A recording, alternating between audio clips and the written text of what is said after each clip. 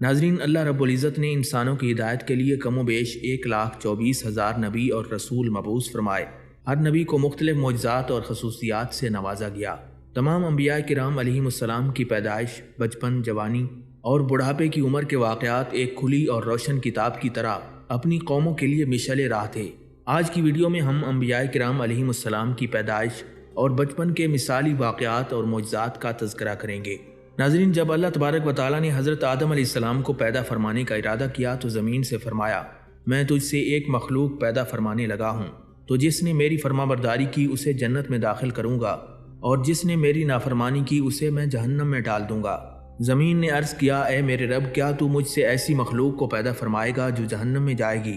اللہ رب العزت نے ہاں میں جواب ارشاد فرمایا۔ اس پر زمین اس قدر روئی کہ اس سے چشمے جاری ہو گئے، اور یہ چشمے قیامت تک جاری رہیں گے۔ اللہ رب العزت نے حضرت آدم علیہ السلام کی تخلیق کا فیصلہ کیا تو حضرت جبریل علیہ السلام کو حکم ارشاد فرمایا کہ زمین سے ایک مٹھی بھر مٹی اٹھا کر لاؤ۔ حضرت جبریل علیہ السلام نے زمین سے مٹی اٹھانی چاہی تو زمین نے اس کا سبب پوچھا۔ آپ نے سارا واقعہ بیان کر دیا۔ اس پر زمین کہنے لگی، میں خدا کی پناہ چاہتی ہوں اس بات سے کہ مجھ سے کچھ کم کیا جائے یا میری کوئی چیز خراب کی جائے۔ حضرت جبریل علیہ السلام مٹی لیے بغیر واپس لوٹ آئے اور بارگاہ الہی میں عرض گزار ہوئے، اے میرے پروردگار، زمین نے تیری پناہ مانگی تو میں تیرے نام پاک اور تیری عزت کا ادب کرتے ہوئے واپس آ گیا اور اسے پناہ دے دی۔ پھر اللہ رب العزت نے حضرت میکائیل علیہ السلام کو بھیجا تو انہوں نے بھی اسے پناہ دے دی اور بارگاہ الہی میں وہی عرض کیا جو حضرت جبریل علیہ السلام نے عرض کیا تھا۔ پھر اللہ تبارک و تعالیٰ نے حضرت اسرافیل علیہ السلام کو بھیجا تو وہ بھی اسی طرح واپس آ گئے۔ پھر اللہ تبارک و تعالیٰ نے حضرت اسرائیل علیہ السلام کو بھیجا۔ جب زمین نے ان سے پناہ مانگی تو انہوں نے فرمایا، میں اس بات سے اللہ تبارک و تعالیٰ کی پناہ مانگتا ہوں کہ اس کے حکم پر عمل کیے بغیر واپس چلا جاؤں۔ چنانچہ حضرت اسرائیل علیہ السلام نے ایک مٹھی بھر خاک ہر قسم کی سرخ، سفید اور سیاہ زمین سے اٹھائی اور اسے اللہ تعالیٰ کے حکم سے طائف اور مکہ کے درمیان رکھ دیا۔ تفسیر صحابی کے مطابق حضرت آدم علیہ السلام کی مٹی میں 60 قسم کے مختلف رنگ شامل تھے اور وہ تمام رنگ آپ کی اولاد میں پائے جاتے ہیں۔ زمین نے بارگاہ الہی میں عرض کی، یا اللہ، مجھ سے مٹی اٹھانے سے میری مٹی کم ہو گئی ہے۔ اللہ تعالیٰ نے ارشاد فرمایا، گھبراؤ مت، جب کوئی انسان تجھ میں واپس آئے گا تو پہلے سے زیادہ حسین اور خوشبودار ہوگا۔ یہی وجہ ہے کہ آج تک مردے کو دفن کرنے سے پہلے عطر اور مشک سے خوشبودار کیا جاتا ہے۔ حکم الہی کے مطابق جب زمین سے مٹی جمع کر لی گئی تو اللہ تبارک و تعالیٰ نے ارشاد فرمایا، اس کو وہاں رکھو جہاں آج خانہ کعبہ ہے۔ پھر فرشتوں کو حکم ہوا کہ اس مٹی کا مختلف پانیوں سے گارا بناؤ۔ پھر اس مٹی پر اللہ تبارک و تعالیٰ نے 40 دن تک اپنی رحمت کی بارش برسائی، 39 دن غم کی اور ایک دن خوشی کی۔ اسی لیے انسان کی زندگی میں خوشی کم اور غم زیادہ ہوتے ہیں۔ حضرت آدم علیہ السلام کا مبارک خمیر جس مٹی سے تیار ہوا، اس سے بچ جانے والی مٹی شریف سے کھجور کا درخت بنایا گیا، جیسا کہ حضرت علی رضی اللہ تعالیٰ عنہ بیان کرتے ہیں کہ سرکار دو عالم صلی اللہ تعالیٰ علیہ وسلم نے ارشاد فرمایا، کھجور کا احترام کرو کیونکہ یہ تمہارے والد حضرت آدم علیہ السلام کی بچی ہوئی مٹی سے پیدا کی گئی ہے۔ اور اس کے علاوہ ایک روایت میں ہے کہ کھجور، انار اور انگور کو حضرت آدم علیہ السلام کی بچی ہوئی مٹی سے پیدا کیا گیا ہے۔ ناظرین، بعض لوگ کہتے ہیں کہ حضرت آدم علیہ السلام کے مبارک جسم میں روح ڈالنے سے پہلے شیطان نے ان پر تھوک دیا تھا اور پھر اس تھوک سے کتے کی پیدائش ہوئی۔ حضرت امام حکیم ترمذی رحمۃ اللہ علیہ فرماتے ہیں کہ اللہ تبارک و تعالیٰ نے جب حضرت آدم علیہ السلام کو زمین پر بھیجا تو شیطان نے درندوں کو آپ علیہ السلام کے خلاف بھڑکا دیا، جس کے نتیجے میں کتے نے سب سے پہلے آپ پر حملہ کیا۔ اتنے میں حضرت جبریل علیہ السلام اترے اور عرض کرنے لگے، اپنا ہاتھ اس پر رکھیں۔ حضرت آدم علیہ السلام نے ایسا کیا تو کتا سکون میں آ گیا، مانوس ہو گیا اور آپ کی حفاظت کرنے لگا۔ کتے کی طبیعت میں قیامت تک کے لیے اولاد آدم کی محبت رکھ دی گئی۔ جمعہ کو جمعہ اس لیے کہتے ہیں کیونکہ اسی دن حضرت آدم علیہ السلام کے جسم شریف کی تکمیل ہوئی۔ حضور نبی اکرم صلی اللہ تعالیٰ علیہ وسلم کا فرمان عالی شان ہے، بہترین دن جس میں سورج نکلے وہ جمعہ کا دن ہے۔ اسی دن حضرت آدم علیہ السلام کو پیدا کیا گیا، اسی دن انہیں جنت سے زمین پر اتارا گیا، اسی دن ان کی توبہ قبول فرمائی گئی، اسی دن ان کی وفات ہوئی اور اسی دن قیامت قائم ہوگی۔ ناظرین، اللہ رب العزت نے اپنی قدرت کاملہ سے حضرت آدم علیہ السلام کا پتلا مٹی کے خمیر سے بنا دیا۔ پھر 40 سال تک وہ پتلا قلب بے جان وہاں پڑا رہا، اور جب اللہ تبارک و تعالیٰ نے چاہا کہ اب حضرت آدم علیہ السلام کا ظہور ہو تب روح کو حکم دیا کہ اس پتلے میں داخل ہو جائے۔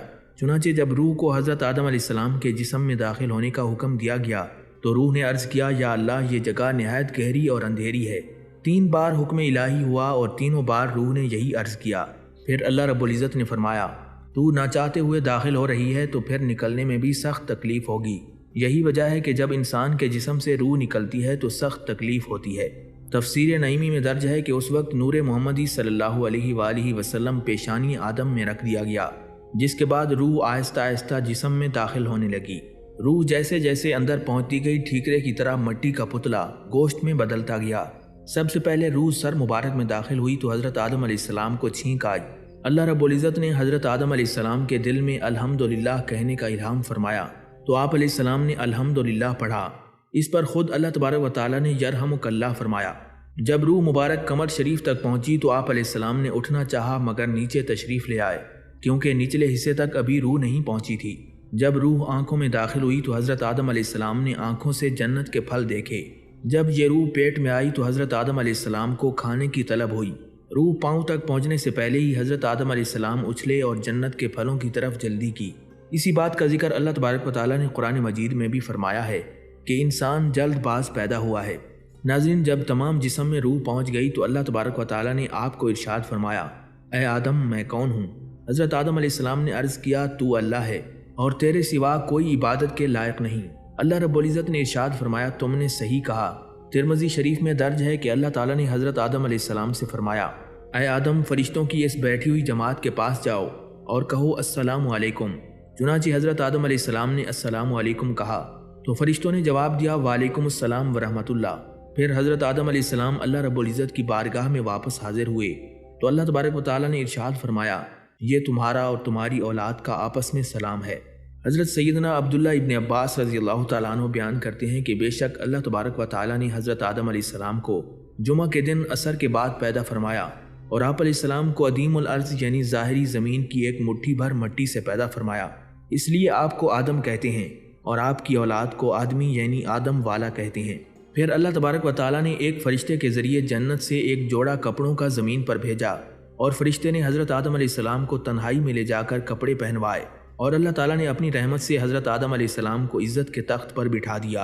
ایک اور روایت میں ہے کہ جب اللہ تبارک و تعالیٰ نے حضرت آدم علیہ السلام کو پیدا فرمایا اور ان کی پیٹھ پر اپنا دست قدرت پھیرا تو ان کی پشت سے تا قیامت ان کی اولاد کی روحیں نکلیں جنہیں اللہ تبارک و تعالیٰ پیدا فرمانے والا ہے۔ ان میں سے ہر انسان کی دونوں آنکھوں کے درمیان نور کی چمک دی۔ پھر انہیں حضرت آدم علیہ السلام پر پیش فرمایا۔ حضرت آدم علیہ السلام عرض کرنے لگے، یا اللہ یہ کون ہے؟ اللہ رب العزت نے فرمایا، یہ تمہاری اولاد ہے۔ حضرت آدم علیہ السلام نے ان میں سے ایک شخص کو دیکھا تو اس کی آنکھوں کے درمیان کی چمک پسند آئی۔ آپ نے عرض کیا، اے رب یہ کون ہے؟ فرمایا، یہ حضرت داؤد علیہ السلام ہیں۔ حضرت آدم علیہ السلام عرض کرنے لگے، یا اللہ ان کی عمر کتنی مقرر فرمائی ہے؟ اللہ تبارک و تعالیٰ نے ارشاد فرمایا، ان کی عمر 60 سال ہے۔ حضرت آدم علیہ السلام نے عرض کیا، یا اللہ میری عمر میں سے 40 سال انہیں بڑھا دے۔ ناظرین، جب حضرت آدم علیہ السلام نے فرشتوں سے پوچھا تو وہ جواب سے عاجز ہو گئے۔ فرشتوں نے اللہ رب العزت کی بارگاہ میں عرض کی کہ پاک ہے تو، ہمیں صرف اسی چیز کا علم ہے جو تو نے ہمیں سکھایا ہے اور بے شک تو دانا ہے۔ تب اللہ تبارک و تعالیٰ نے فرشتوں کو حکم دیا جو حضرت آدم علیہ السلام کے گرد صفیں باندھے اور مؤدب کھڑے تھے کہ حضرت آدم علیہ السلام کو سجدہ کرو۔ فرشتوں نے فوراً سجدہ کر دیا مگر ابلیس شیطان نے انکار کر دیا اور بولا کہ میں آدم سے بہتر ہوں کیونکہ تم نے مجھے آگ سے بنایا ہے اور آدم کو مٹی سے۔ اس نافرمانی سے شیطان اللہ کی بارگاہ سے نکال دیا گیا اور حضرت آدم علیہ السلام آزادی سے بہشت میں رہنے لگے۔ جب حضرت آدم علیہ السلام نے تنہائی محسوس کی اور کسی محرم کے بارے میں سوچا تو اللہ تبارک و تعالیٰ نے اپنی قدرت کاملہ سے جب آدم سو رہے تھے تو ان کے پہلو میں حوا کو پیدا کر دیا۔ جب حضرت آدم علیہ السلام بیدار ہوئے تو ایک پاک باز عورت کو پاس بیٹھے دیکھا تو پوچھا، تو کون ہے؟ تب حضرت حوا سلام اللہ علیہا نے کہا، میں تمہارے بدن کا حصہ ہوں اور اللہ تعالیٰ نے مجھے تمہاری پسلی سے پیدا کیا ہے۔ اللہ رب العزت نے حضرت حوا سلام اللہ علیہا کو اتنا حسین بنایا تھا کہ اگر تمام عالم کی خوبصورتی 100 حصے کریں تو 90 حصے حضرت حوا سلام اللہ علیہا کو ملے اور 10 حصے باقی عالم کو ملے۔ اس پر حضرت آدم علیہ السلام نے اللہ تبارک و تعالیٰ کے حضور سجدہ شکر ادا کیا۔ ناظرین، جب حضرت آدم علیہ السلام کو اپنے بیٹے حابیل کے قتل کی خبر ملی تو وہ بہت غمزدہ ہو گئے کیونکہ حابیل نہایت سعادت مند، فرما بردار، نیک اور شائستہ جوان تھا۔ حابیل کے انہی اوصاف حمیدہ کی بنا پر حضرت آدم علیہ السلام کو امید تھی کہ وہ اللہ کے دین کو آگے بڑھانے میں ان کا معاون اور مددگار ثابت ہوگا۔ بعض روایات کے مطابق حابیل کی شہادت کا بنیادی سبب یہی تھا کہ قابیل کو بھی اندازہ ہو چکا تھا کہ والد ماجد کے بعد نبوت کا تاج نیک سیرت حابیل ہی کے سر سجے گا۔ اور اسی حسد نے اسے بھائی کے قتل پر ابھارا۔ حابیل کے قتل کے بعد حضرت آدم علیہ السلام اور اماں حوا سلام اللہ علیہا بہت اداس رہا کرتے اور بیٹے کو یاد کر کے گھنٹوں آنسو بہایا کرتے تھے۔ حضرت آدم علیہ السلام اللہ رب العزت سے دعا فرمایا کرتے تھے، اے اللہ مجھے ایسی اولاد عطا فرما جو تیرے دین کو دنیا میں پھیلانے میں میری معاون اور مددگار ہو، اور میرے بعد بھی تیرے پیغام کو دنیا میں عام کرے، میری صحیح جانشین ہو اور دنیا میں تیری وحدانیت کی علم بردار ہو۔ اللہ تعالیٰ نے اپنے پیارے نبی کی دعاؤں کو شرف قبولیت بخشا اور نیک صالح بیٹے کی بشارت سے مطلع فرما دیا۔ چنانچہ کچھ ہی عرصے بعد حضرت شیث علیہ السلام پیدا ہوئے۔ حضرت آدم علیہ السلام اور اماں حوا سلام اللہ علیہا ان کی پیدائش پر بے حد خوش تھے۔ یہ حضرت آدم علیہ السلام کے تیسرے بیٹے تھے اور اس وقت حضرت آدم علیہ السلام کی عمر مبارک 130 سال تھی۔ حضرت اماں حوا سلام اللہ علیہا نے صاحبزادے کا نام شیث رکھا، جس کے عربی میں معنی عطیہ خداوندی کے ہیں، یعنی اللہ تعالیٰ کی طرف سے عطا کیا گیا خوبصورت اور خوب سیرت تحفہ۔ حضرت شیث علیہ السلام حسن و جمال، شکل و صورت اور عادات و اطوار میں اپنے والد سے بہت زیادہ مشابہ تھے۔ حضرت آدم علیہ السلام اور حضرت اماں حوا سلام اللہ علیہا کو آپ سے بے حد محبت تھی۔ حضرت آدم علیہ السلام حضرت شیث علیہ السلام کو ہر وقت اپنے ساتھ رکھتے۔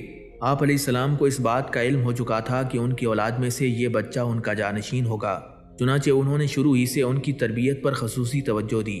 حضرت آدم علیہ السلام حضرت شیث علیہ السلام کو جنت کا احوال سناتے، اچھے اور برے کی پہچان کرواتے۔ جوں حضرت شیث علیہ السلام بڑے ہوتے گئے، ان کی پوشیدہ صلاحیتیں اور والدین کی تعلیم و تربیت رنگ لاتی رہی۔ حضرت آدم علیہ السلام نے ان کو درس و تدریس اور وعظ و تبلیغ کے خوبصورت اور منفرد طریقے سکھائے، انہیں دن اور رات کی گھڑیوں کی پہچان کروائی، ان اوقات میں ہونے والی عبادتوں کی تعلیم دی۔ اس کے علاوہ طوفان نوح کے بارے میں بھی آگاہ کیا جو کچھ عرصے بعد آنا تھا۔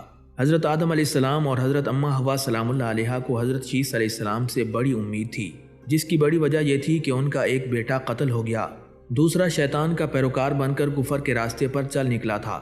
اب اللہ کے دین کو آگے پھیلانے اور شیطان کے شر کا مقابلہ کرنے کے لیے حضرت آدم علیہ السلام کے بعد حضرت شیث علیہ السلام ہی تھے۔ چنانچہ جب حضرت آدم علیہ السلام کی وفات کا وقت قریب آیا تو انہوں نے حضرت شیث علیہ السلام کو اپنا خلیفہ اور جانشین نامزد کر دیا۔ 960 سال کی عمر میں حضرت آدم علیہ السلام نے وفات پائی۔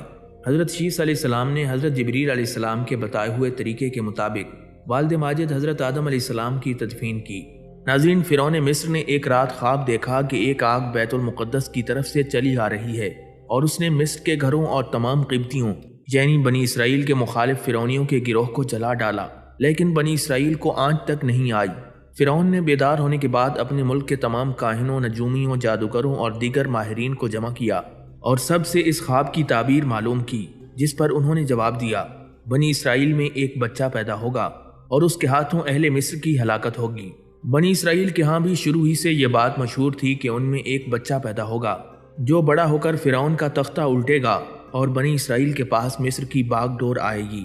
یہ خبر فرعون مصر کو بھی اس کے درباریوں نے پہنچا دی تھی، لہٰذا اس خواب کے بعد وہ مزید فکرمند ہو گیا اور اس نے حکم جاری کر دیا کہ بنی اسرائیل میں پیدا ہونے والے تمام لڑکے قتل کر دیے جائیں۔ اس حکم کے بعد فرعون کے حواریوں اور اس کے سپاہیوں نے ہر ممکن اقدام اٹھا لیا کہ کوئی نومولود لڑکا زندہ نہ بچ پائے، لیکن انہیں معلوم نہیں تھا کہ اللہ رب العزت کے فیصلے اٹل ہوتے ہیں۔ دیکھتے ہی دیکھتے بنی اسرائیل کے ہزاروں نومولود بچے ذبح کر دیے گئے۔ پھر ایک وقت وہ آیا جب قبطی سرداروں نے فرعون سے کہا، اگر بنی اسرائیل کے لڑکوں کا اسی طرح قتل عام ہوتا رہا تو ہمیں آئندہ خدمتگار ملنا مشکل ہو جائیں گے، اور پھر ہمارے یہ کمتر، گھٹیا اور غلیظ کام کون کرے گا؟ اس پر فرعون نے حکم جاری کیا کہ 1 سال چھوڑ کر بچے قتل کیا جائیں۔ انہی حالات میں حضرت موسیٰ علیہ السلام پیدا ہوئے۔ نجومیوں نے فرعون کو اطلاع دے دی کہ بچہ پیدا ہو چکا ہے۔ اس اطلاع نے فرعون کو بدحواس کر دیا اور اس کے سپاہیوں نے گھر گھر کی تلاشی شروع کر دی۔ حضرت موسیٰ علیہ السلام کے بھائی حضرت ہارون علیہ السلام سال امان میں پیدا ہوئے تھے، جبکہ حضرت موسیٰ علیہ السلام قتل والے سال میں پیدا ہوئے، مگر اللہ رب العزت نے ان کی حفاظت کا سامان اس طرح فرما دیا کہ ان کی والدہ پر معمول کے مطابق حمل کے آثار ظاہر نہیں ہوئے، جس سے وہ فرعون کی چھوڑی ہوئی دائیوں کی نگاہ میں نہیں آئیں۔ یوں حضرت موسیٰ علیہ السلام کی ولادت کا مرحلہ تو خاموشی سے گزر گیا اور حکومت کے علم میں نہ آ سکا، لیکن ولادت کے بعد بھی قتل کا اندیشہ موجود تھا۔ اللہ تبارک و تعالیٰ نے اس کا حل بھی موسیٰ علیہ السلام کی والدہ کو سمجھا دیا، چنانچہ انہوں نے بچے کو صندوق میں لٹا کر دریائے نیل میں ڈال دیا۔ قرآن مجید کی سورہ قصص کی آیت نمبر 7 میں اس واقعے کا ذکر اس طرح کیا گیا ہے، ہم نے موسیٰ علیہ السلام کی والدہ کو وحی کی کہ اسے دودھ پلاتی رہے، اور جب تجھے اس کی نسبت کوئی خوف معلوم ہو تو اسے دریا میں بہا دینا، اور کوئی ڈر، خوف یا رنج و غم نہ کرنا۔ ہم یقیناً اسے تیری طرف لوٹانے والے ہیں اور اسے اپنے پیغمبروں میں سے بنانے والے ہیں۔ علامہ طبری رحمۃ اللہ علیہ فرماتے ہیں کہ حضرت موسیٰ علیہ السلام کی والدہ نے 3 دن آپ کو دودھ پلایا اور چوتھے دن لکڑی کے صندوق میں رکھ کر دریا میں ڈال دیا، جبکہ بعض دیگر مفسرین نے دودھ پلانے کی مدت 3 ماہ تک بیان کی ہے۔ پھر یہ صندوق دریا میں بہتا ہوا فرعون کے محل کے پاس پہنچ گیا۔ فرعون کے نوکروں نے صندوق اٹھایا اور فرعون کی بیوی آسیہ کی خدمت میں پیش کر دیا۔ حضرت آسیہ بے اولاد تھیں۔ انہوں نے جب صندوق میں ایک حسین و جمیل چاند جیسے بچے کو لیٹے دیکھا تو آپ پر فریفتہ ہو گئیں۔ انہوں نے جلدی سے بچے کو گود میں اٹھایا اور جلدی سے فرعون کے پاس لے جا کر کہنے لگیں، یہ میری اور تمہاری دونوں کی آنکھوں کی ٹھنڈک ہے، اسے قتل نہ کرنا، شاید یہ ہمیں فائدہ پہنچائے یا ہم اسے اپنا بیٹا بنا لیں۔ اہلیہ کی شدید خواہش کے پیش نظر فرعون نے بادل نخواستہ پرورش کی اجازت دے دی۔ ادھر حضرت موسیٰ علیہ السلام کی والدہ نے اپنے فرزند کو دریا کے سپرد تو کر دیا تھا، لیکن وہ نہایت بے قرار تھیں۔ چنانچہ انہوں نے حضرت موسیٰ علیہ السلام کی بہن مریم بنت عمران کو بھائی کی خبر گیری کے لیے بھیجا۔ مریم دور سے صندوق کو دیکھتے ہوئے دریا کے کنارے کنارے چلتی ہوئی فرعون کے محل تک جا پہنچی، جہاں فرعون کی بیوی دیگر عورتوں کے ساتھ بڑی دیر سے معصوم بچے کو دودھ پلانے کی کوششوں میں مصروف تھیں، لیکن کوئی بھی عورت انہیں دودھ پلانے اور چپ کروانے میں کامیاب نہیں ہو رہی تھی۔ قرآن مجید کی سورہ قصص کی آیت نمبر 13 میں ارشاد باری تعالیٰ ہے، اور ہم نے پہلے ہی اس پر دائیوں کے دودھ حرام کر دیے تھے۔ جوں جوں وقت گزرتا جا رہا تھا، بھوکے بچے کی بےتابی دیکھ کر آسیہ کی بے چینی بڑھتی جا رہی تھی۔ حضرت موسیٰ علیہ السلام کی بہن مریم دروازے پر کھڑی یہ سب منظر دیکھ رہی تھیں۔ بالآخر ان سے برداشت نہ ہو سکا اور وہ کہنے لگیں، کیا میں تمہیں ایسا گھرانہ بتاؤں جو تمہارے لیے اس بچے کو پالیں اور اس کی خیر خواہی سے پرورش کریں؟ فرعون کی بیوی کی خواہش پر مریم جلدی سے جا کر اپنی والدہ کو محل میں لے آئیں اور حضرت موسیٰ علیہ السلام نے فوری طور پر اپنی والدہ کی چھاتی سے لگ کر دودھ پی لیا۔ یوں اللہ رب العزت نے حضرت موسیٰ علیہ السلام کی والدہ سے کیا ہوا وعدہ پورا کر دکھایا۔ ارشاد باری تعالیٰ ہے، تو ہم نے ان کو ان کی ماں کے پاس پہنچا دیا تاکہ اس کی آنکھیں ٹھنڈی ہوں اور وہ غم نہ کھائیں، اور جان لیں کہ اللہ کا وعدہ سچا ہے، لیکن اکثر لوگ نہیں جانتے۔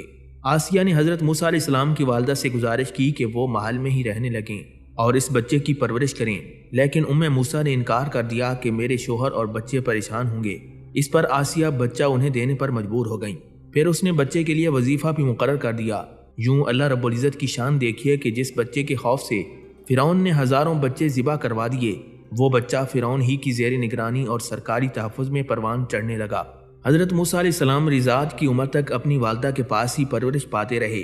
جب حضرت موسیٰ علیہ السلام کا دودھ چھڑوایا گیا تو والدہ نے آپ کو دوبارہ فرعون کی بیوی کے حوالے کر دیا۔ ایک روز آسیہ اور فرعون اپنے محل میں بیٹھے تھے۔ آسیہ نے حضرت موسیٰ علیہ السلام کو اٹھا کر فرعون کی گود میں بٹھا دیا۔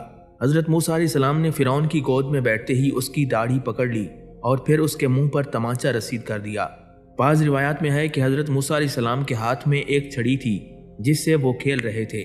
وہ چھڑی آپ نے فرعون کے سر پر دے ماری۔ فرعون غصے میں آگ بگولا ہو گیا۔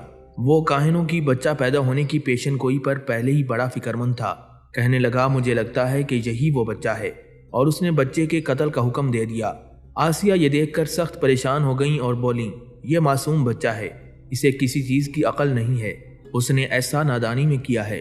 فرعون سخت غصے میں تھا اور اسے بچے سے خوف آنے لگا تھا۔ فرعون کہنے لگا، میں اسے قتل کر کے رہوں گا۔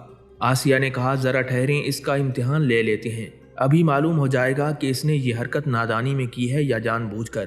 یہ کہہ کر انہوں نے 2 تشت منگوائے، ایک میں دہکتے انگارے اور دوسرے میں سرخ یاقوت تھا۔ پھر حضرت آسیہ فرعون سے کہنے لگیں، دیکھیں اگر اس بچے میں عقل ہوئی تو یاقوت اٹھائے گا، ورنہ انگاروں کی طرف ہاتھ بڑھائے گا۔ دونوں تشت حضرت موسیٰ علیہ السلام کے سامنے رکھ دیے گئے۔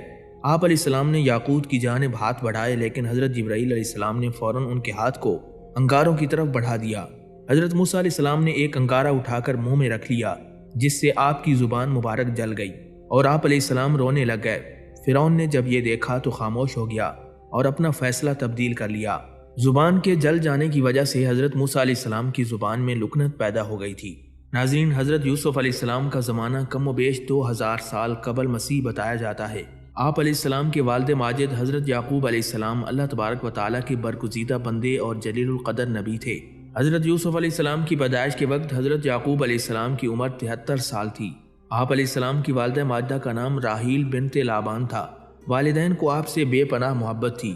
نور نبوت کی چمک اوائل عمر سے آپ کی پیشانی سے جھلک رہی تھی۔ آپ کا حسن و جمال اسی نور نبوت کا پرتو تھا۔ حضرت یوسف علیہ السلام کی دماغی اور فطری استعداد دوسرے بھائیوں کے مقابلے میں نمایاں اور ممتاز تھی۔ حسن و جمال اور خداداد صلاحیتوں کے مالک ہونے کے ساتھ ساتھ والدین کی توجہ کا مرکز ہونے کی بنا پر حضرت یوسف علیہ السلام کے سوتیلے بھائی آپ سے حسد کرتے تھے۔ حضرت یوسف علیہ السلام کے قصے کو قرآن مجید میں احسن القصص یعنی بہترین قصہ کہا گیا ہے۔ حضرت یوسف علیہ السلام نے بچپن میں ایک خواب دیکھا جس کا ذکر انہوں نے اپنے والد ماجد حضرت یعقوب علیہ السلام سے اس طرح کیا: ابا جان، میں نے خواب دیکھا ہے کہ 11 ستارے، چاند اور سورج مجھے سجدہ کر رہے ہیں۔ حضرت یوسف علیہ السلام کے والد حضرت یعقوب علیہ السلام نے فرمایا: اے میرے فرزند، جس طرح تو نے دیکھا ہے کہ 11 ستارے، سورج اور چاند تیرے آگے جھکے ہوئے ہیں، اسی طرح تیرا پروردگار تجھے برگزیدہ کرنے والا ہے۔ حضرت یعقوب علیہ السلام نے اپنے لخت جگر کو یہ بھی کہا کہ اس خواب کا ذکر اپنے بھائیوں سے ہرگز مت کرنا۔ حضرت یعقوب علیہ السلام کی حضرت یوسف علیہ السلام سے الفت و محبت حضرت یوسف علیہ السلام کے ستیلے بھائیوں کو ناگوار گزرتی تھی، اس لیے انہوں نے ایک روز پروگرام بنایا کہ حضرت یوسف علیہ السلام کو راستے سے ہٹا دیا جائے۔ اس مقصد کے لیے سب بھائیوں نے مل کر باپ سے اجازت طلب کی کہ حضرت یوسف علیہ السلام کو اپنے ساتھ جنگل میں لے جانا چاہتے ہیں۔ حضرت یعقوب علیہ السلام حضرت یوسف علیہ السلام سے ان کی بھائیوں کی مخالفت سے باخبر تھے۔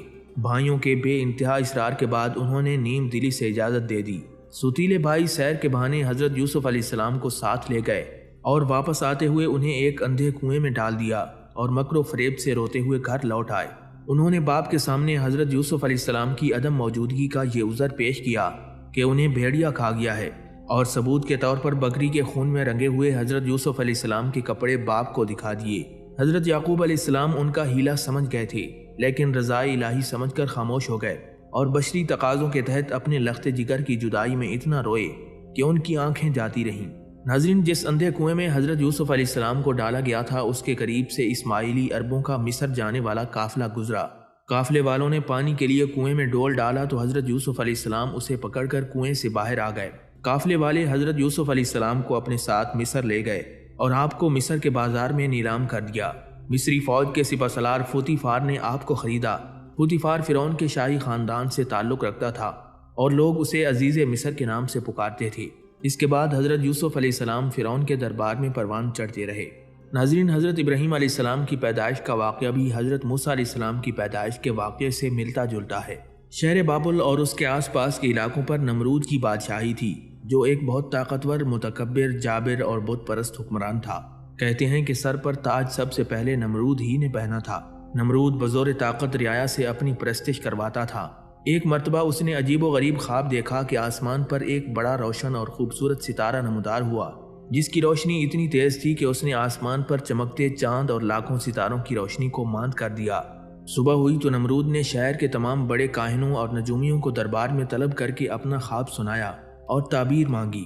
نجومیوں نے تعبیر بتائی کہ اس شہر میں عنقریب ایک ایسا بچہ پیدا ہونے والا ہے جو عظیم بادشاہ کے زوال کا سبب بنے گا اور ہمارے خداؤں کے مقابلے میں ایک خدا اور اس کے دین کا پرچار کرے گا۔ نجومیوں کی اس خبر نے نمرود کو سخت پریشان کر دیا۔ چنانچہ نمرود نے فوری حکم جاری کر دیا کہ جو بھی بچہ پیدا ہو اسے فوری طور پر قتل کر دیا جائے۔ نمرود کے حکم پر عمل درآمد شروع کر دیا گیا اور بابل کی سرزمین نوزائیدہ بچوں کے خون سے سرخ ہو گئی۔ ابھی بادشاہ کے فرمان کو کچھ ہی وقت گزرا تھا کہ حضرت ابراہیم علیہ السلام کی ولادت کا وقت قریب آ گیا۔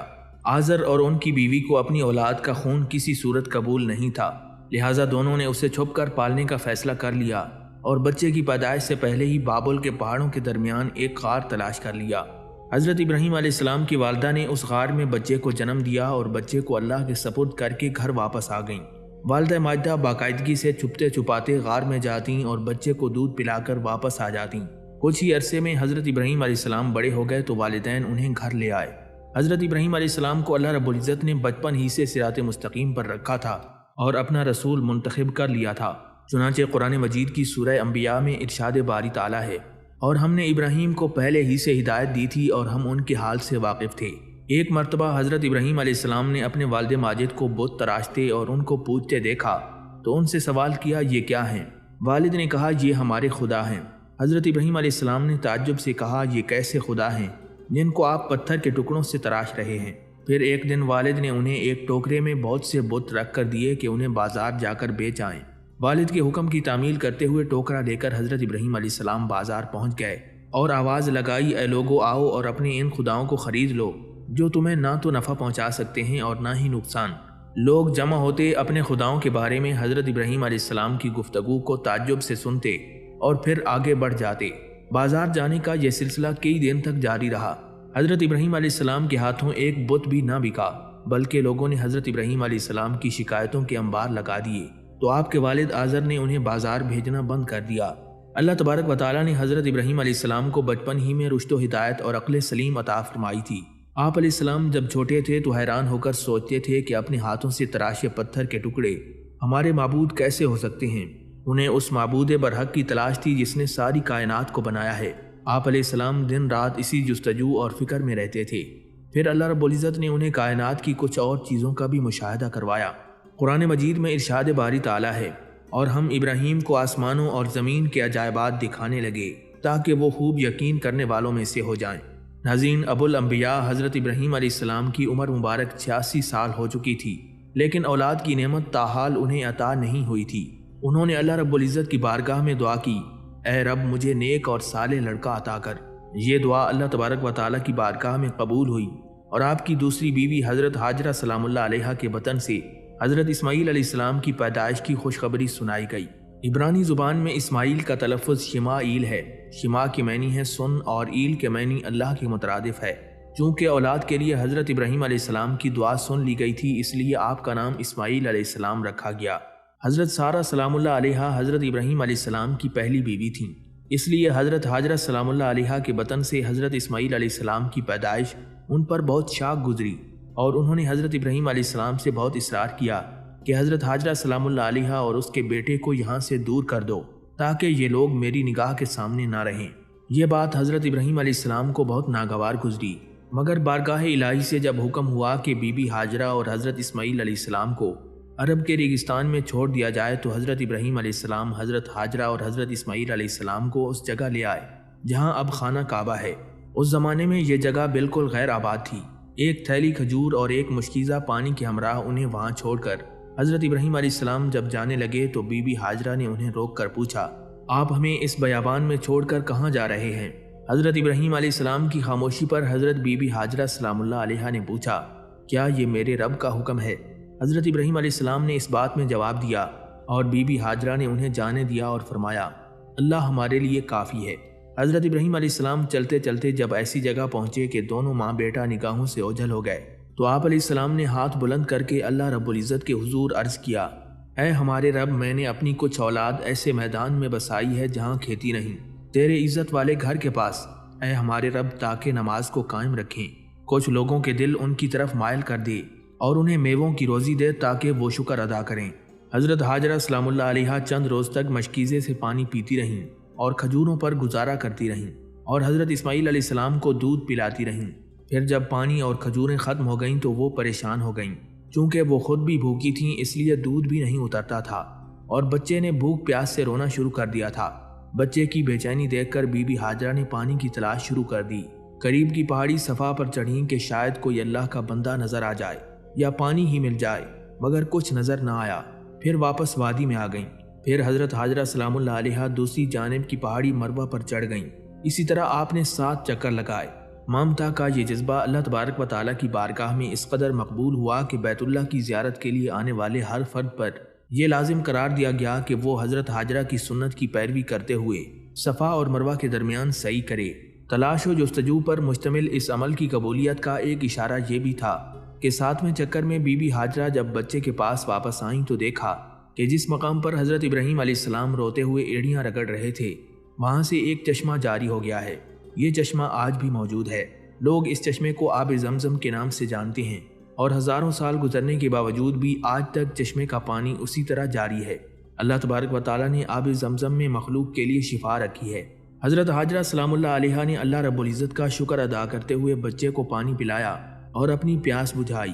اسی وقت اللہ رب العزت کا ایک فرشتہ نازل ہوا اور اس نے کہا، خوف اور غم نہ کر، اللہ تعالیٰ تجھے اور بچے کو ضائع نہیں کرے گا۔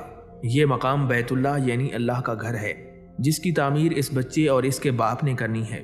کچھ عرصے بعد بنو جرہم نامی ایک قبیلہ پانی کی فراوانی دیکھ کر حضرت ہاجرہ سلام اللہ علیہا کی اجازت سے یہاں آباد ہو گیا۔ بچپن کا ابتدائی دور حضرت اسماعیل علیہ السلام نے اسی قبیلے کے افراد کی صحبت میں گزارا۔ ناظرین، بہت سے احکامات ایسے ہیں جن کا تعلق حضرت اسماعیل علیہ السلام کی ذات سے براہ راست وابستہ ہے، یا ان پر عمل درآمد کا حکم حضرت اسماعیل علیہ السلام کے دور میں نازل ہوا اور ان اعمال کی اقتدا آج بھی جاری ہے۔ انہی احکامات میں سے ایک حکم ختنہ کا ہے۔ حضرت ابراہیم علیہ السلام کی عمر مبارک جب 99 سال ہوئی اور حضرت اسماعیل علیہ السلام 13 سال کے تھے تو ختنے کا حکم نازل ہوا۔ اس حکم پر عمل درآمد آج بھی ملت ابراہیمی کا شعار ہے۔ الہامی کتابوں میں حضرت اسماعیل علیہ السلام کی ذات مبارک سے جاری ہونے والی ایک اور سنت کا تذکرہ بھی موجود ہے۔ حضرت ابراہیم علیہ السلام کے بچپن سے تعلق رکھنے والے اس واقعے میں بتایا گیا ہے کہ حضرت اسماعیل علیہ السلام کے والد ماجد حضرت ابراہیم علیہ السلام نے مسلسل 3 راتوں تک ایک ہی خواب دیکھا کہ وہ اپنے لخت جگر کو اللہ رب العزت کی راہ میں قربان کر رہے ہیں۔ انہوں نے عالم رؤیا میں ملنے والے اس حکم الہی کی تعمیل کا ارادہ فرمایا اور پھر اپنے فرزند سے پوچھا، میں نے خواب میں دیکھا ہے کہ تجھے ذبح کر رہا ہوں، بتا تیری رائے کیا ہے؟ فرمانبردار بیٹے نے عرض کیا کہ آپ اللہ کے برگزیدہ بندے اور پیغمبر ہیں، آپ اللہ رب العزت کے حکم کی تعمیل بجا لائیں، انشاءاللہ مجھے آپ صابر و شاکر بندوں میں سے پائیں گے۔ مشیت الہی کے تحت اللہ رب العزت کے یہ دونوں برگزیدہ بندے گھر سے نکلے۔ شیطان ابلیس نے ان کے ارادے کو متزلزل کرنے کے لیے یہ طریقہ اختیار کیا کہ پہلے وہ حضرت حاجرہ سلام اللہ علیہا کے پاس آیا اور انہیں حضرت ابراہیم علیہ السلام کے ارادے سے آگاہ کیا اور بتایا کہ وہ حضرت اسماعیل علیہ السلام کو ذبح کرنے کے لیے لے جا رہے ہیں۔ حضرت بی بی حاجرہ سلام اللہ علیہا نے فرمایا کہ اسماعیل علیہ السلام ہماری اکلوتی اولاد ہے اور بہت دعاؤں کے بعد یہ نعمت اللہ نے ہمیں عطا کی ہے۔ اسماعیل کا باپ ایسا نہیں کر سکتا کہ بلا وجہ اسے جان سے مار دے۔ ابلیس نے اپنا وار کارگر ہوتا دیکھ کر کہا، تمہارے اللہ نے ابراہیم کو یہی حکم دیا ہے کہ اپنے بیٹے کو قربان کر دو۔ بی بی حاجرہ نے یہ سن کر کہا کہ اگر یہ میرے خالق کا حکم ہے تو میں اس کی رضا پر راضی ہوں۔ ابلیس جب حضرت حاجرہ سلام اللہ علیہا کو بہکانے میں ناکام ہوا تو حضرت ابراہیم علیہ السلام کے پاس آیا اور ان کے اندر موجود پدرانہ شفقت کے جذبات کو مہمیز کرنے کے لیے بولا، آپ عمر رسیدہ ہیں اور اسماعیل علیہ السلام آپ کی اکلوتی اولاد ہے، اگر آپ نے اپنے بیٹے کو مار ڈالا تو آپ کی نسل نہیں بڑھے گی۔ حضرت ابراہیم علیہ السلام نے جواب میں فرمایا، اسماعیل سے میرا تعلق اللہ کی معرفت پر قائم ہے، اس سے میرا واسطہ اور تعلق صرف اس بنا پر ہے کہ اللہ نے اس کی پیدائش کے لیے میرا گھر منتخب فرمایا ہے۔ یہ بیٹا میرے پاس اللہ کی امانت ہے۔ اللہ رب العزت ہم سب کا مالک اور مختار کل ہے، وہ جب چاہے اور جیسے چاہے حکم دے، ہم سب اس کے تابع فرمان ہیں۔ حضرت ابراہیم علیہ السلام کے جواب سے ابلیس کو سخت مایوسی ہوئی، لیکن اس نے حکم الہی کی تعمیل سے انہیں باز رکھنے کی کوشش جاری رکھی۔ اسے ایک اور ترکیب سوجی کہ حضرت اسماعیل علیہ السلام کی کم عمری کا فائدہ اٹھا کر انہیں اپنے باپ سے متنفر کر دے، لیکن حضرت اسماعیل علیہ السلام نے اس کے ناپاک ارادوں کو خاک میں ملا دیا۔ حضرت اسماعیل علیہ السلام نے فرمایا، میں اس بات پر بخوشی راضی ہوں جو میرے اللہ کا حکم ہے، میرے والد اللہ کے برگزیدہ بندے ہیں۔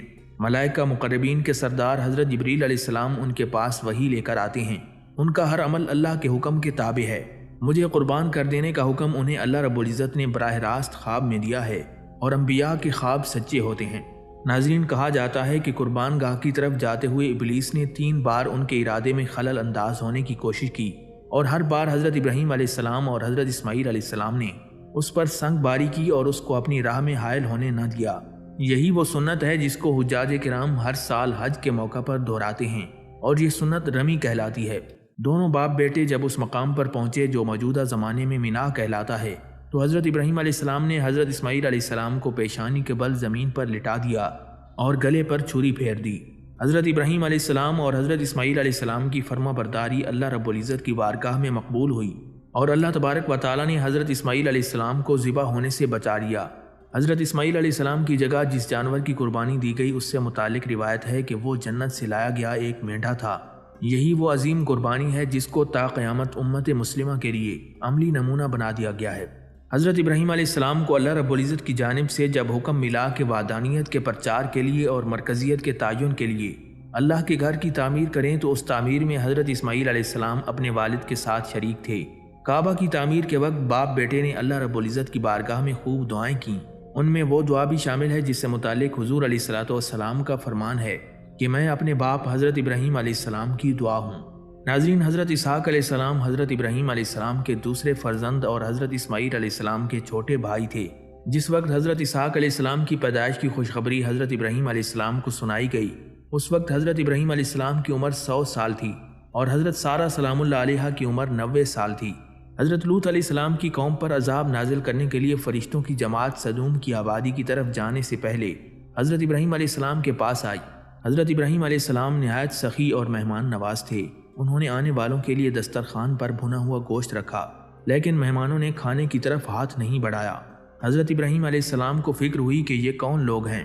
فرشتوں نے اپنا تعارف کروایا اور بتایا کہ وہ قوم لوط پر عذاب نازل کرنے کے لیے بھیجے گئے ہیں۔ پھر انہوں نے حضرت ابراہیم علیہ السلام اور ان کی بیوی حضرت سارہ سلام اللہ علیہا کو حضرت اسحاق علیہ السلام کی پیدائش کی بشارت دی۔ فرشتوں کی زبانی بشارت سن کر انہیں حیرت ہوئی کہ آخری عمر میں بانجھ عورت کی اولاد کیسے ہو سکتی ہے۔ حضرت سارہ سلام اللہ علیہا کی حیرت دیکھ کر فرشتوں نے کہا، اللہ تبارک و تعالیٰ نے ایسا حکم دیا ہے اور بے شک وہ حکمت والا اور خبردار ہے۔ ناظرین، حضرت عیسیٰ علیہ السلام بنی اسرائیل میں مبعوث ہونے والے آخری نبی تھے۔ حضرت عیسیٰ علیہ السلام حضرت بی بی مریم سلام اللہ علیہا کی گود میں فلسطین کے علاقے بیت لحم میں پیدا ہوئے۔ اللہ تبارک و تعالیٰ نے حضرت عیسیٰ علیہ السلام کو بغیر باپ کے پیدا فرمایا۔ قرآن مجید کی 13 سورتوں میں مختلف ناموں سے حضرت عیسیٰ علیہ السلام کا تذکرہ موجود ہے۔ 26 مقامات پر عیسیٰ علیہ السلام، 23 مقامات پر ابن مریم، 11 جگہوں پر مسیح اور 1 مقام پر عبداللہ کہا گیا ہے۔ قرآن مجید کی 19ویں سورت سورہ مریم حضرت عیسیٰ علیہ السلام کی والدہ ماجدہ کے نام پر ہے، جس میں حضرت مریم بنت عمران اور حضرت عیسیٰ علیہ السلام کا قصہ تفصیل کے ساتھ موجود ہے۔ سورہ مریم کی آیات 16 سے 35 کے درمیان حضرت عیسیٰ علیہ السلام کی پیدائش کا ذکر فرمایا گیا ہے۔ حضرت مریم سلام اللہ علیہا بیت المقدس سے متصل ایک حجرے میں قیام پذیر تھیں۔ ایک دن وہ مسجد کے مشرقی کونے میں عبادت یا کسی اور مقصد سے تشریف لے گئیں اور پردہ کر لیا۔ امام قرطبی رحمۃ اللہ علیہ فرماتے ہیں کہ وہ حسب عادت یکسوئی کے ساتھ عبادت الہی میں مشغول ہونے کے لیے حجرے کے مشرقی جانب کسی گوشے میں تشریف لے گئیں۔ حضرت ابن عباس رضی اللہ تعالیٰ عنہ سے منقول ہے کہ نصارہ نے جو مشرق کی جانب اپنا قبلہ بنایا اور اس جانب کی بڑی تعظیم کرتے ہیں، اس کی وجہ یہی ہے کہ حضرت مریم سلام اللہ علیہا اسی گوشے میں تنہا قیام پذیر تھیں۔ ایک دن اچانک حضرت جبرائیل علیہ السلام انسانی شکل میں تشریف لائے۔ حضرت مریم سلام اللہ علیہا نے ایک اجنبی شخص کو یوں اپنے قریب دیکھا تو گھبرا گئیں اور کہنے لگیں، میں تجھ سے رحمان کی پناہ مانگتی ہوں، اگر تو اللہ سے ڈرتا ہے تو یہاں سے چلا جا۔ حضرت جبرائیل علیہ السلام نے فرمایا، تم مجھ سے نہ ڈرو، میں تو پروردگار کا بھیجا ہوا فرشتہ ہوں اور تمہیں ایک پاکیزہ بیٹا دینے کی خوشخبری لے کر آیا ہوں۔ حضرت مریم سلام اللہ علیہا نہایت حیران اور پریشان ہوئیں اور تعجب سے فرمایا، بھلا میرے ہاں بچہ کیسے ہو سکتا ہے؟ مجھے تو کسی انسان نے ہاتھ تک نہیں لگایا اور نہ ہی میں بدکار ہوں۔ حضرت جبرائیل علیہ السلام نے فرمایا، ہاں بات تو یہی ہے، لیکن اللہ تبارک و تعالیٰ فرماتا ہے کہ یہ میرے لیے بہت آسان ہے اور ہم اسے اپنی قدرت تخلیق کے لیے نشانی بنانا چاہتے ہیں۔ اس سے پہلے ہم نے تمہارے باپ آدم کو مرد اور عورت کے بغیر اور تمہاری ماں حوا کو صرف مرد سے پیدا کیا، اور اب حضرت عیسیٰ علیہ السلام کو پیدا کر کے چوتھی شکل میں بھی پیدا کرنے پر اپنی قدرت کا اظہار کرنا چاہتے ہیں، اور وہ ہے صرف بغیر مرد کے پیدا کرنا۔ دراصل اللہ تبارک و تعالیٰ تو قادر مطلق ہے، وہ جب جہاں اور جس طرح چاہے پیدا کر سکتا ہے۔ وہ بے جان چیز سے جاندار کو پیدا کر سکتا ہے اور جاندار سے بے جان کو بھی پیدا کر سکتا ہے۔ بیٹے کی بشارت کے بعد حضرت جبرائیل علیہ السلام نے حضرت مریم سلام اللہ علیہا پر پھونک ماری اور وہاں سے چلے گئے۔ کچھ دنوں کے بعد حضرت مریم سلام اللہ علیہا کو بچے کی پیدائش کے آثار محسوس ہونے لگے۔ جیسے جیسے پیدائش کے دن قریب آتے جا رہے تھے، حضرت مریم سلام اللہ علیہا کی پریشانی میں بھی اضافہ ہوتا چلا جا رہا تھا۔ جب حضرت عیسیٰ علیہ السلام کی پیدائش کا وقت قریب آیا تو حضرت مریم سلام اللہ علیہا لوگوں کے خوف سے بیت المقدس سے تقریباً 9 میل دور جنگل کی جانب ایک پہاڑی کوہ صراط کی جانب چلی گئیں۔ یہی وہ جگہ ہے جو بعد میں بیت لحم کہلائی۔ جب درد ذیل شروع ہوا تو حضرت مریم سلام اللہ علیہا ایک کھجور کے درخت سے ٹیک لگا کر بیٹھ گئیں۔ زچگی کی تکلیف کی شدت اور دنیا والوں کے خوف نے آپ دیدہ کر دیا۔ کہنے لگیں، کاش میں اس سے پہلے ہی مر گئی ہوتی اور لوگوں کی یاد سے بھی بھولی بصری ہو جاتی۔ علماء فرماتے ہیں کہ انہوں نے موت کی آرزو اس لیے کی تھی کہ وہ عزیز و اقارب، خاندان، برادری اور لوگوں کو کس طرح مطمئن کر سکیں گی، جبکہ کوئی بھی ان کی صداقت کی تصدیق کرنے والا نہیں تھا۔ ان کی شہرت ایک نیک، پارسا اور زاہدہ خاتون کے طور پر تھی، لہٰذا ان کے لیے یہ تصور بھی بڑا روح فرسا اور تکلیف دہ تھا کہ لوگ انہیں بدکار سمجھیں۔ ابھی حضرت مریم سلام اللہ علیہا انجانے اندیشوں اور وسوسوں میں گھری ہوئی تھیں کہ حضرت جبرائیل علیہ السلام نے وادی کے نیچے سے آواز دی، اے مریم پریشان نہ ہوں، تمہارے پروردگار نے تمہارے قدموں تلے ایک چشمہ جاری کر دیا ہے، اور ذرا اس کھجور کے درخت کو ہلاؤ، دیکھو یہ تمہارے سامنے تر و تازہ کھجوریں گرا دے گا۔ اب تم اطمینان کے ساتھ یہ تازہ کھجوریں کھاؤ، چشمے کا پانی پیو اور بچے کو دیکھ کر اپنی آنکھیں ٹھنڈی کرو، اور اگر تمہیں کوئی انسان نظر آ جائے تو اشارے سے کہہ دینا کہ میں نے روزہ رکھا ہوا ہے، میں آج کسی شخص سے بات نہیں کر سکتی۔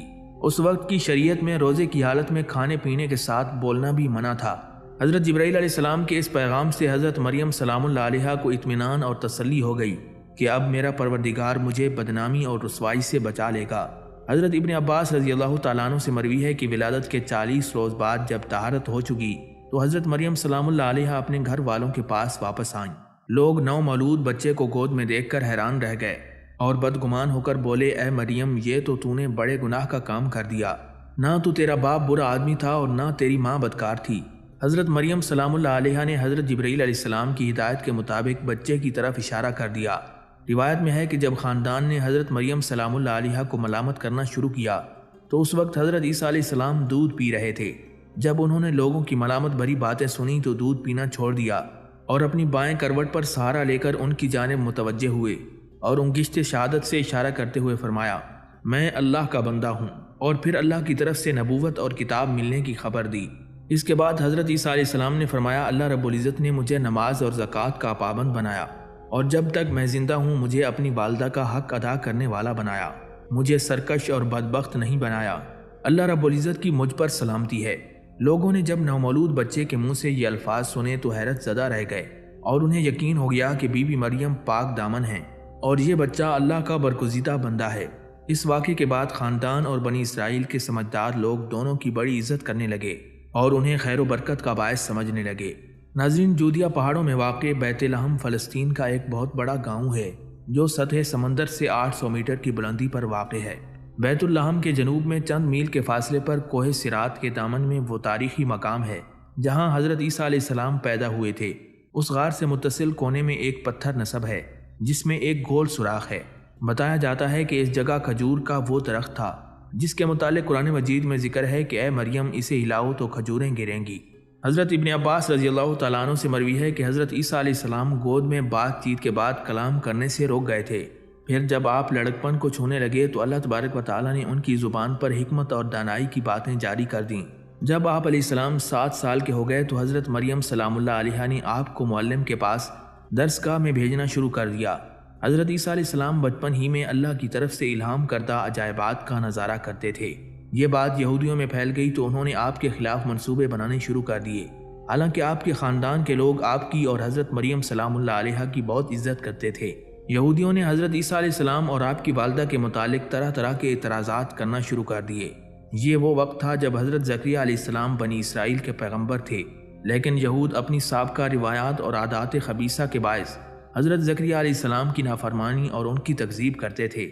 یہودیوں نے مختلف گروہوں میں تقسیم ہو کر مشرکانہ طور طریقے اختیار کر لیے تھے، یہاں تک کہ انہوں نے تورات میں بھی بہت زیادہ رد و بدل کر لیا تھا۔ یہودیوں کے عقائد و اعمال دن بدن بد سے بدتر ہوتے جا رہے تھے۔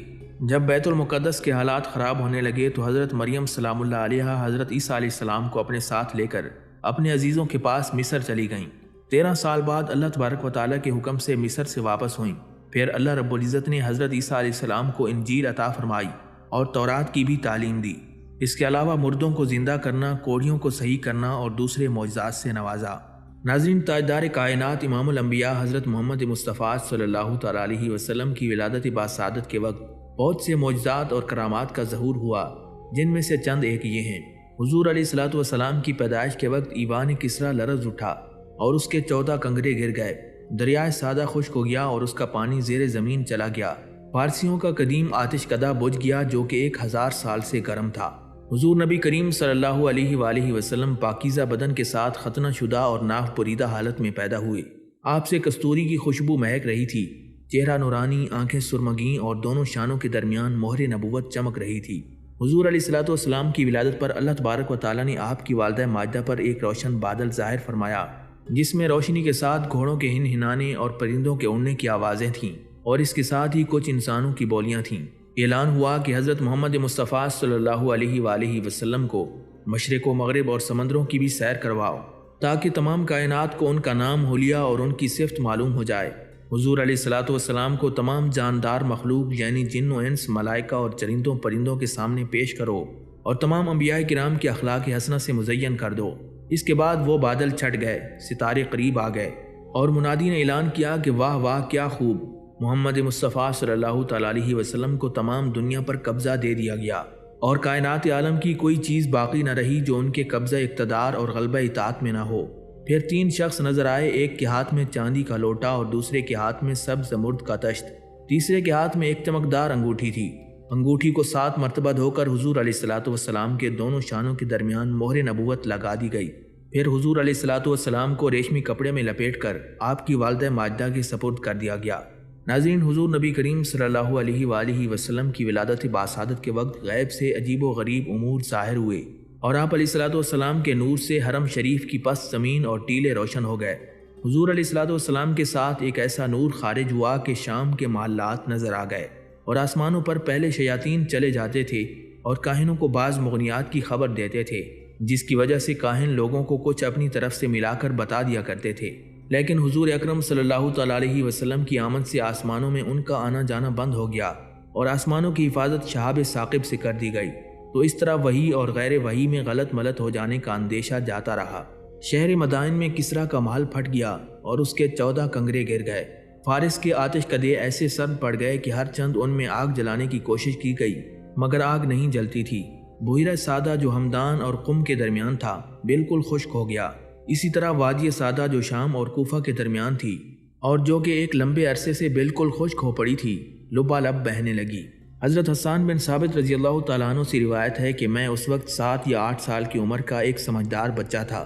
میں نے سنا مدینہ کا ایک یہودی صبح کے وقت اپنے قلعے کی چھت پر کھڑا ہو کر پکار کر کہنے لگا، اے گروہ یہود دیکھو بات سنو۔ آس پاس کے ساری یہودی جمع ہو گئے، میں بھی سن رہا تھا۔ ان لوگوں نے اس سے کہا، تیری خرابی ہو، کیوں شور مچاتا ہے؟ یہودی نے چھت پر سے کہا، احمد کا ستارہ طلوع ہو گیا ہے جس کو آج رات میں کسی وقت پیدا ہونا ہے۔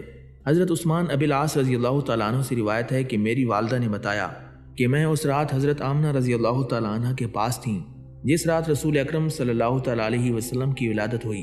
میں گھر میں ہر طرف روشنی اور نور پاتی اور ایسا محسوس کرتی جیسے ستارے قریب سے قریب تر ہو رہے ہیں، حتیٰ کہ مجھے گمان ہوا کہ یہ میرے اوپر گر پڑیں گے۔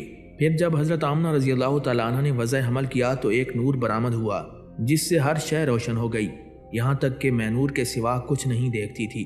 بلا شبہ حضور علیہ الصلوۃ والسلام کی والدہ ماجدہ نے ولادت کے وقت ایسے نور کو دیکھا جس سے ان پر شام کے محلات روشن ہو گئے۔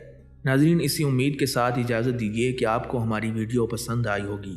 ملتے ہیں بہت جلد ایک نئی تاریخی، تحقیقی اور معلوماتی ویڈیو کے ساتھ۔ اللہ رب العزت آپ کا حامی و ناصر ہو۔